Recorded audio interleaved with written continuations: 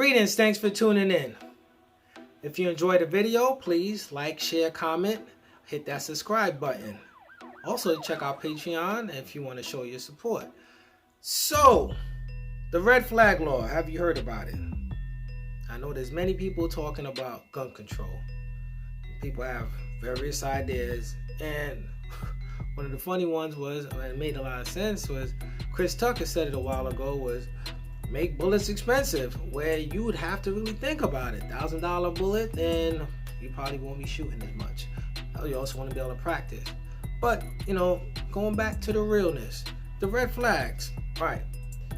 If I have a problem with somebody, I think they're a threat, I might have seen a weapon in their house, whatever it is, I report it. The law enforcement basically goes to their house and confiscate their weapons. No due process, no investigation. They go off of the strength of what this person said.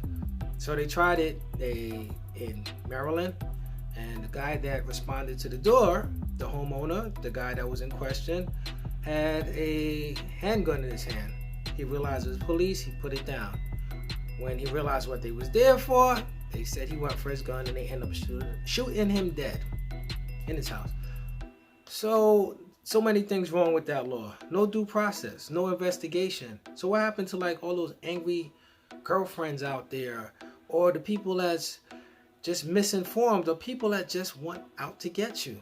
You get your property taken away, go through a long court process to try to get it back because someone said something? No due process? That's where we're going? Apparently so. Freedom of speech is already out. So we're talking about First and the Second Amendment. Freedom of speech, you could barely say what you want now without somebody feeling, catching in their feelings, feeling offended. Everything has to be politically correct. And you can't even protect yourself now because you got a couple of yahoos that runs around and shoots other people, right? Not just regular criminals, because they really don't care about the regular criminals killing in certain areas. Let's be realistic. Certain areas it's acceptable for people to kill other people. Chicago, for instance. Who cares, right? I mean, I care because I'm talking about it. It bothers me. But for the average person, they're a bunch of savages or whatever, and that's what they just do, and they don't care because it's not in their neighborhood and it's not affecting them. But it's affecting someone.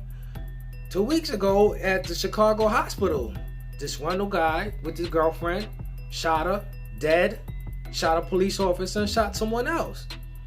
Now that was what, 3 people or 4 people that died, and he killed himself. But that wasn't a mass shooting. Why? Because it was Chicago? Not sure. But another county, another state, that would have probably been a mass shooting. So when we talk about gun laws, it should be around the board. And I think the ones they have in place are just fine. Maybe they could tweak it a little. But the problem is the people, which they generally don't want to recognize. Because you look at the United Kingdom, their knifing rates, people getting stabbed, is off the charts. Off the charts. Because they don't have access to guns. Angry, violent people will do angry, violent things. Guns are not allowed in jail, but people get beat down all the time and stabbed, right? Violent people do violent things. So addressing the problem, that would be good. Not making laws that take law-abiding citizens away. Well, nobody needs an AR-15. Nobody needs an AR-15, right? If that's what you want to feel. But remember, if somebody, let me back that up. Nobody needs a car that goes 160 miles per hour, which that's pretty much most of the standard cars, 160, 140. That's what's on the dashboard. Where in America, in the US, the states, as far as I know, the fastest that a speed limit is like 80 miles per hour. Some are 70, most of them is like 55, 65. So why would you need a car that goes 160 miles per hour? Because you might take it on the track one day. How many people actually take their car to the track? But that's okay, but you can't have an AR-15. That's not the argument I'm making. The argument is choice and people as individuals taking responsibility. That's all I'm saying.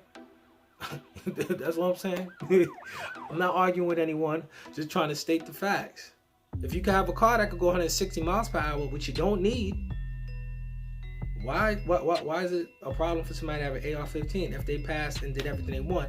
And by the way, with the AR-15s, remember, most homicides are with handguns. It has nothing to do with an assault rifle. It's not practical. Does it happen? Yeah, but it's only less than, what, 5%? Anyway, freedom forever, create and conquer. Thanks for tuning in. We out.